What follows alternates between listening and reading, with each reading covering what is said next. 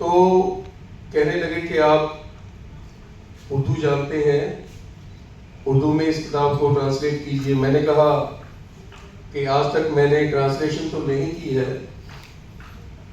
कहने लगे कोई बात नहीं। इन्होंने हौसला दिया और मैंने जो पोइम निशा मैम ने बोली वो इनको भेजी और मुझे खुशी है कि इन्हें जो फर्स्ट पोइम मेरी बहुत पसंद आई और इन्होंने कहा कि आप ट्रांसलेशन कीजिए।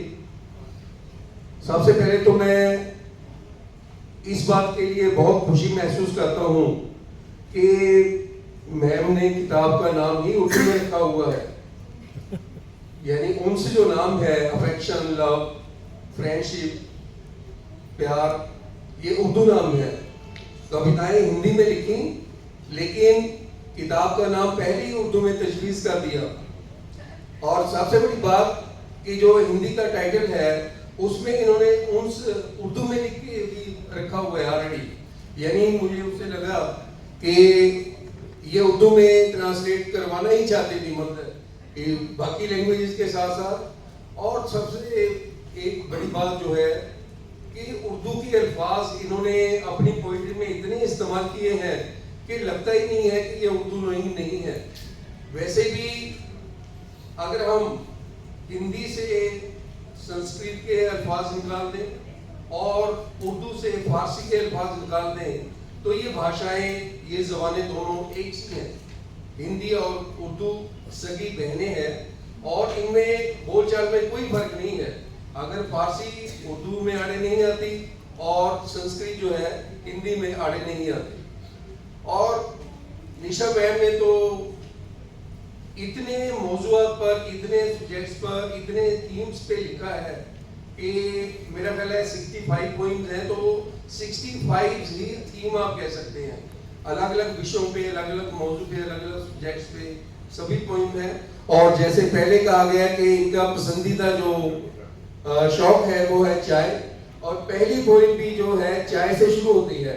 याद जो पॉइंट है उसमें भी शुरुआत चाय से की गई है, चाय की पहले से।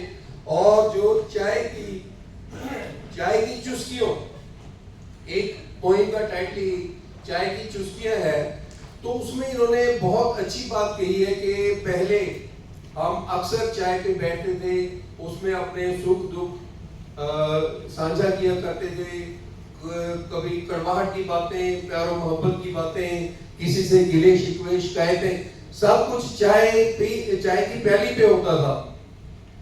लेकिन ये उसमें भी शिकवा करती हैं कि अब वो चाय की प्याली के लिए वो वक्त हमारे पास क्यों नहीं है, क्यों हम इतने मसरूफ हो गए हैं कि एक चाय की प्याली के लिए किसी को बुला नहीं सकते, किसी को दावत नहीं दे सकते, किसी के साथ चाय की प्याली पे बैठ के अपने दुख सुख साझा नहीं कर सकते।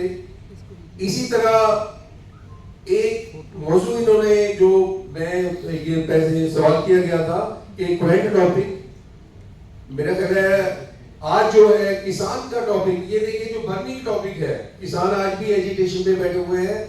और निशा मैम ने अपनी पोइम में क्या ये वही देश है उसमें बाकायदा एड्रेस किया है कि किसान जो है अन्नदाता कहलाता है और उसका काम अनाज पैदा करना है। लेकिन आज एक किसान का बेटा किसान क्यों नहीं बनना चाहता? क्यों? क्योंकि उसके मुतालबात, उसकी डिमांड जो है, किसान का जो मेयार जिससे पहचाना जाता था हमारा देश कि किसानों का देश है, वो आज नहीं है। वो चीज आज जो है खत्म हो चुकी है। इसी तरह मैं सब बातें करते करते करते करते एंड में जो है, यानी जो हम इस चीज से दूर हो चुके हैं अपने धर्म से, अपने मजहब से, तो लास्ट जो पॉइंट है इन्होंने डेडिकेट की है रब्बे कायनात, इस दुनिया के क्रिएचर के नाम। और बहुत ही अच्छी पॉइंट है, सब कुछ उसी के नाम करते हुए कि अगर हमें मैं है, जब तक हम अपनी मैं को खत्म नहीं करेंगे तो उस खुदा को नहीं पा सकते।